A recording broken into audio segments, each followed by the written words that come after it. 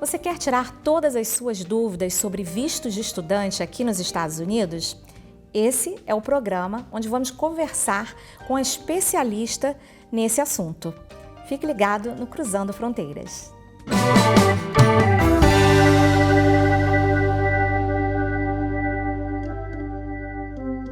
Olá, eu sou Renata Lily White, advogada de imigração, e hoje vamos conversar com a Domitila Bicudo, diretora executiva da Beulah Heights University, sobre vistos de estudante. Domitila é uma referência no assunto, já trabalha com isso há muitos anos e hoje vamos nos aprofundar aqui nos vistos de estudante com ela. Domitila, seja bem-vinda, muito obrigada por aceitar o convite. Obrigada, uma honra estar aqui no teu programa. Parabéns pela iniciativa de estar ajudando a comunidade brasileira aqui na região de Atlanta. Sim. Domitila, conta um pouquinho sobre você, a tua história, como diretora, também a sua experiência como diretora executiva da Beulah Heights aqui em Atlanta. Fala um pouquinho sobre você. Bom, falar um pouquinho sobre o meu background educacional. Minha formação em sociologia, em ciências sociais e meu mestrado em International Migration Studies. Eu tenho trabalhado com a comunidade imigrante já há um tempo, já tem uns 12 anos, tanto para consultoria para imigração quanto para estudantes internacionais. Na Beulah, o meu foco maior é o escritório de International Student Affairs, onde eu sou a PDSO, o que a gente chama de Primary Designated School Official. É um liaison entre a imigração e a escola, né? Nas instituições escolares nos Estados Unidos. Você que faz essa ponte, né? Entre a escola, os estudantes e a imigração. É um papel muito importante. E, bom, os vistos de estudantes sempre são muito procurados no meu escritório, acredito que em todo escritório, né, de imigração, é um dos mais procurados, tanto por pessoas que estão fora dos Estados Unidos, que querem vir, né, como estudantes, mas também como pessoas que estão aqui com outro status e que querem mudar, né, o status para o status de estudante. Então, vamos começar falando um pouquinho sobre essa mudança de status para o F1, que é a categoria do visto de estudante, né? A categoria de estudante. Como é que é feita essa mudança de status, Domitila? Como é que começa esse processo de mudança de status junto à sua escola? Bom, a primeira coisa que o estudante precisa prestar atenção é no prazo em que ele está atualmente, no visto que ele está atualmente, se é um B2, se é um J1, se ele está dentro desse prazo, é a procura da escola e a decisão de entrar para um programa nessa escola, seja ele de inglês, seja ele de um degree, um bacharelado, um mestrado ou um doutorado. Então, o estudante precisa aplicar, tem ali os requerimentos para aplicação com a escola, ser aceito na escola. Uma vez que o estudante é aceito, a escola emite a carta de aceitação e o I-20, que é a documentação que o estudante precisa, ou o aplicante precisa, para requerer, junto à imigração, a mudança de status, né? Então, são dois processos diferentes. O primeiro processo é com a escola, e aí você começa o processo com a imigração. Então, às vezes, os estudantes perguntam se a escola faz esse tipo de processo com a imigração. Geralmente não. Escolas muito grandes fazem, mas geralmente escolas pequenas não fazem. Então, o estudante precisa estar atento que um processo é com a escola, de aceitação dentro de um programa da escola, e depois o processo com a imigração para o pedido de mudança de status. São dois processos completamente diferentes, né? E Domitila, uma coisa que eu acho que é importante que você falou, que eu vou ressaltar aqui, deixar bem claro para quem está nos assistindo, é que a pessoa precisa iniciar essa aplicação com a escola enquanto ela está dentro de um status, né, legal, ou seja, um I-94, que é, né, conhecido como I-94, dentro ali da validade. Uma pergunta muito comum, pessoas que entraram ou pela fronteira, ou que entraram com visto, ficaram fora de status, não podem, né? Fala pra gente como é que é a situação. Você recebe muita gente, muita pergunta de pessoas que entraram por fronteira ou que perderam status? Sim, a gente tem tanto estudantes que estão, aplicantes que estão dentro de um status e que já estão fora do status. Para o requerimento do F1, a escola não pode fazer um pedido de mudança de status se não há já um status vigente. Exato.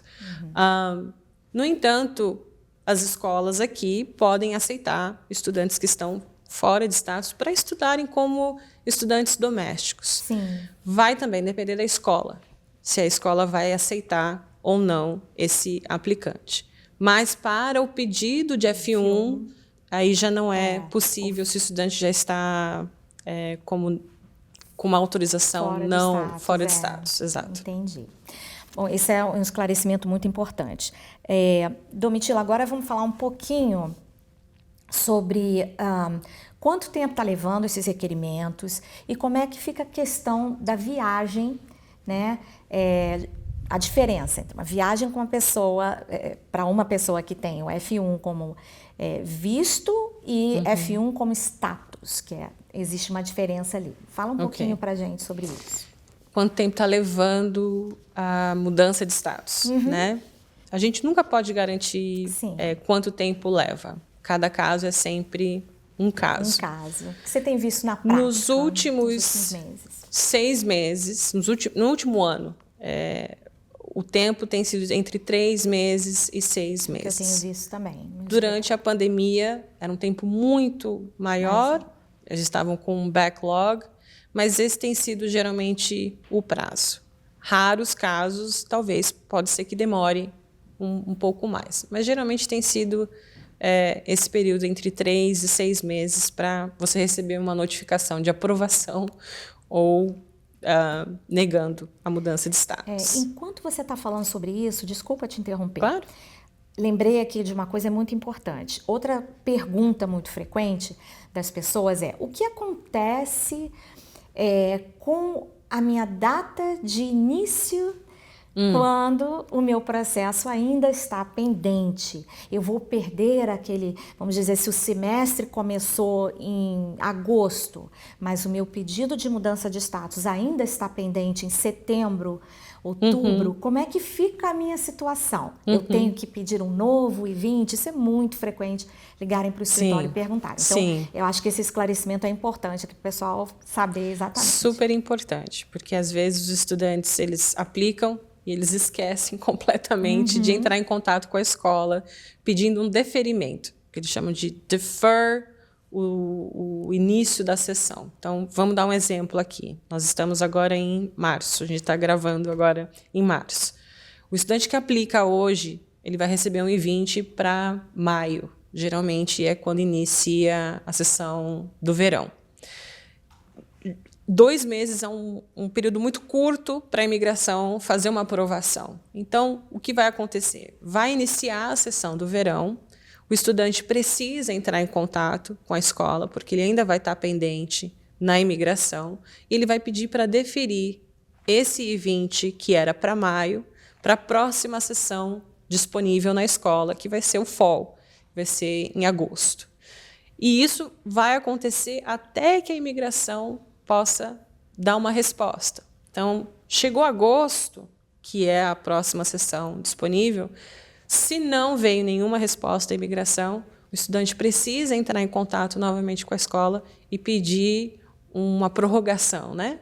Defer esse 20 de agosto para a próxima sessão. Exato. E cada escola vai ter uma sessão diferente. A escola onde eu trabalho, nós trabalhamos com os semestres, então você tem 3 semestres no ano. Então, tem janeiro, maio e agosto. Tem outras escolas que são só escolas de inglês, por exemplo, elas vão ter sessões menores. Então, você vai ter que entrar, talvez, em contato com a escola muito mais frequentemente para pedir a mudança do início da sessão do I-20? Sempre o estudante deve entrar em contato com a escola, não é uma coisa automática. Já ouvi estudantes falando, automaticamente a escola vai ver que eu não vou começar e eles vão prorrogar. E eu explico, não, você tem que entrar em contato com a escola, porque senão a escola não tem como adivinhar também. Exato. Né? E uma coisa importante, se o estudante não entra em contato, porque a escola não tem, como você disse, não tem como adivinhar que o estudante ainda está em processo, porque há casos em que o estudante espera e, de repente, ele muda de plano. Ele volta para o país, exato, ele entrou com outro visto, com outro status. E, então, se ele não avisa a escola, esse I-20 pode ficar cancelado. Se o I-20 está cancelado quando a imigração vai julgar o caso, eles vão ou negar ou eles vão fazer um pedido de evidência para atualizar aquele I-20 que já está cancelado. E aí incorre numa série de correções que precisa ser feita, é um pouco complicado. Né? Complicar o processo da pessoa. Mas a questão da viagem com F1 status, viagem com F1 visa. Yes. Né? Muita gente pergunta também, muitas pessoas. Bom, o que permite um imigrante entrar nos Estados Unidos? É a autorização de entrada nos Estados Unidos, que é o teu visto no passaporte. Quando o estudante faz a mudança de status aqui, ele consegue o status para permanecer no país. Mas ele não consegue um visto no passaporte. Então, pode viajar dentro do país? Sim, pode viajar dentro do país. Se há o desejo de viajar para fora, seja para o país de origem ou seja para um outro país, Canadá, muita gente pergunta se pode ir para Porto Rico, né? Sim. A gente recomenda que não aconteça, que ele não viaje, se a intenção é retornar. Se tem a intenção de viajar, precisa saber que no retorno ele vai precisar de um visto para dar entrada novamente como F1. E a única maneira de ter esse visto é fazendo uma entrevista no consulado americano fora dos Estados Unidos. Pode levar meses, né, até para acontecer, né? E pode acontecer de não ser aprovado, né? O que tem acontecido, e eu não quero que isso seja informação garantida, estudantes que passam por alguma situação de emergência familiar, né? Tem uma mãe ou um pai que está numa situação, uma condição médica, eles podem pedir uma autorização na imigração de viagem. Isso pode demorar. Sim. Ou a gente teve um caso de um estudante que viajou e conseguiu retornar com a documentação da família, do ente familiar que estava em condições já terminais. Mas isso são raras exceções, porque vai depender muito do agente que vai estar na imigração, no aeroporto, da tua jornada imigratória aqui nos Estados Unidos. Sim. Então, a recomendação é que se você quer viajar, que você, então, se planeje para tentar esse visto no país de origem. Né? Não te dá, o status não te dá autorização de retornar. Se você quiser sair. Não é um visto. Não é um visto. Eu sempre explico para as pessoas também assim, o visto ele só pode ser emitido pelo Departamento de Estado, por um consulado fora dos Estados Unidos. Aqui dentro dos Estados Unidos, o USCIS, o Departamento de Imigração, Homeland Security, eles não têm o poder de emitir vistos. Exato. Só quem tem o poder de emitir vistos é um consulado americano fora do território americano. Então, exato, quando as pessoas visualizam isso, visto é sempre fora dos Estados Unidos. O status, sim, você pode mudar aqui, é diferente. Mas o visto é sempre fora. Aí as pessoas começam a visualizar aquilo e fica mais fácil de entender. Né, entenderem que visto é sempre fora, sempre consulado. Exato. Essa questão que você falou é bem interessante com relação a esse estudante que conseguiu voltar. Ok. Aí você falou sobre o processo de obter uma data de entrevista lá. Como é que a pessoa deve proceder? Como é que é esse processo? Vamos dizer, a pessoa saiu, agora não consegue voltar, porque saiu somente com status de estudante, não consegue voltar. O que ela deve fazer? Ela deve procurar diretamente o consulado? Ela deve fazer uma nova aplicação de visto de estudante? O que acontece com aquele I-20 dela, né, do status, da mudança de status? Ela tem que entrar em contato com a escola aqui, né, para saber como proceder. A escola intervém de alguma forma. Dá uma pinceladinha rápida aí pra gente do como é que é essa situação. Que saiu, não consegue voltar, e agora? Como é que faz, né? Primeiro passo, se o desejo é sair com esse status e obter uma entrevista no Brasil, conversa com o PDSO da escola. É o primeiro passo. O PDSO vai poder te dar um horizonte, se aquilo está com um jeito de que vai dar certo ou não. A gente não pode garantir que você vai obter uma aprovação de visto ou não, mas a gente consegue ter um horizonte dependendo da jornada do estudante nos Estados Unidos.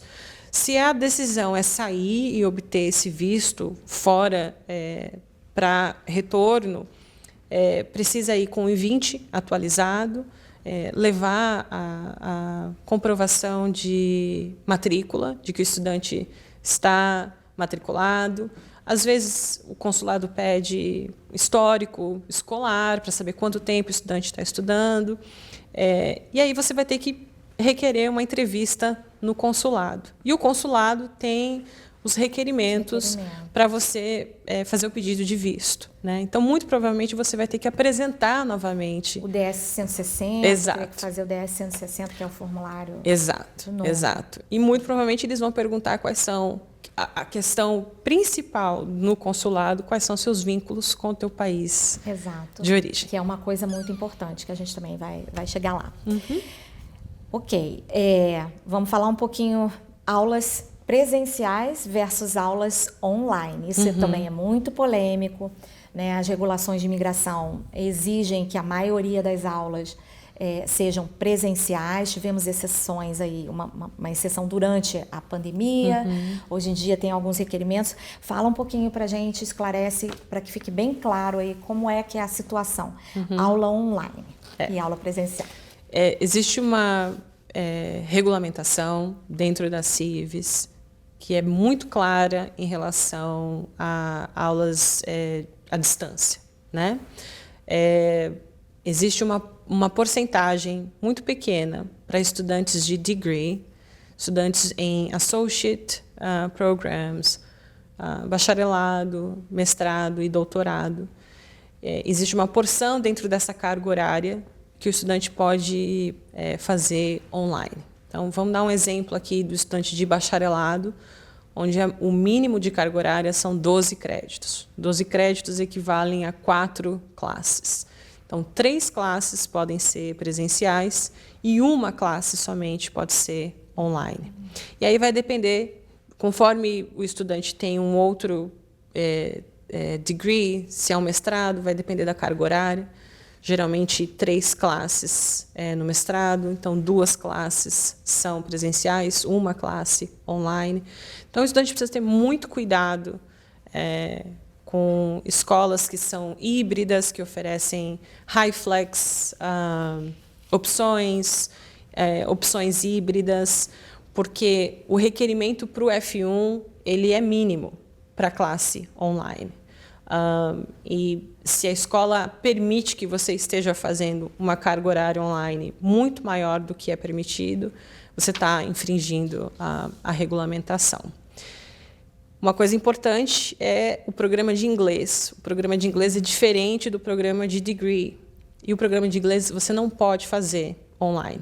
Não tem nenhuma opção, não tem nenhuma porcentagem que você possa fazer aulas online de inglês. É diferente a carga horária, o estudante precisa estudar 18 horas semanais e não há opção online para aulas de inglês. Então, qualquer instituição que diga que você possa estudar online fazendo inglês, tome cuidado, porque vai estar infringindo também a regulamentação da CIVES. E corre um risco, né? Não só o estudante corre o risco, né, de ter, se a escola for auditada ou se a questão toda tiver uma auditoria, isso pode influenciar. De vez em quando a gente ouve falar aí de escolas, né, que infelizmente infringem a regulamentação e que acabam, né, sofrendo penalidades, são descredenciadas pela imigração, enfim, uma série de coisas. E uma coisa interessante, Renata, é que para a imigração, essa categoria, você está saindo do seu país para obter essa experiência nos Estados Unidos, presencial, não só acadêmica, mas com a cultura. Exato. Né? Fazer essa experiência online pode ser feita do seu país de origem. Então, não faz muito sentido, não é muito coerente você permanecer num programa dentro dos Estados Unidos com uma carga horária quase 100% online. Que você poderia, como você falou, estar fazendo remotamente de qualquer lugar do mundo. Exato. Né? Exato. Então, isso é um tópico também que eu vou querer abordar assim, com mais profundidade. A gente vai ter uma continuação desse programa, porque o assunto é muito extenso e é muito interessante. Então, vou deixar para falar um pouquinho mais sobre isso no próximo episódio. Foi um prazer recebê-la aqui hoje e vamos dar continuidade aí ao assunto vistos de estudante, vamos falar sobre oportunidades de trabalho, vamos falar sobre pedidos de mais evidência, vamos falar sobre mudança de F1 também para determinados tipos de vistos de trabalho, manutenção de status, enfim, muita coisa interessante no próximo programa. Fiquem ligados, porque estaremos aqui discutindo novamente esse assunto. Obrigada, Dona Tila. Obrigada. Se você gostou do nosso programa, curta o vídeo, se inscreva no canal e ative o sininho para receber as notificações sobre os nossos programas. Até o próximo!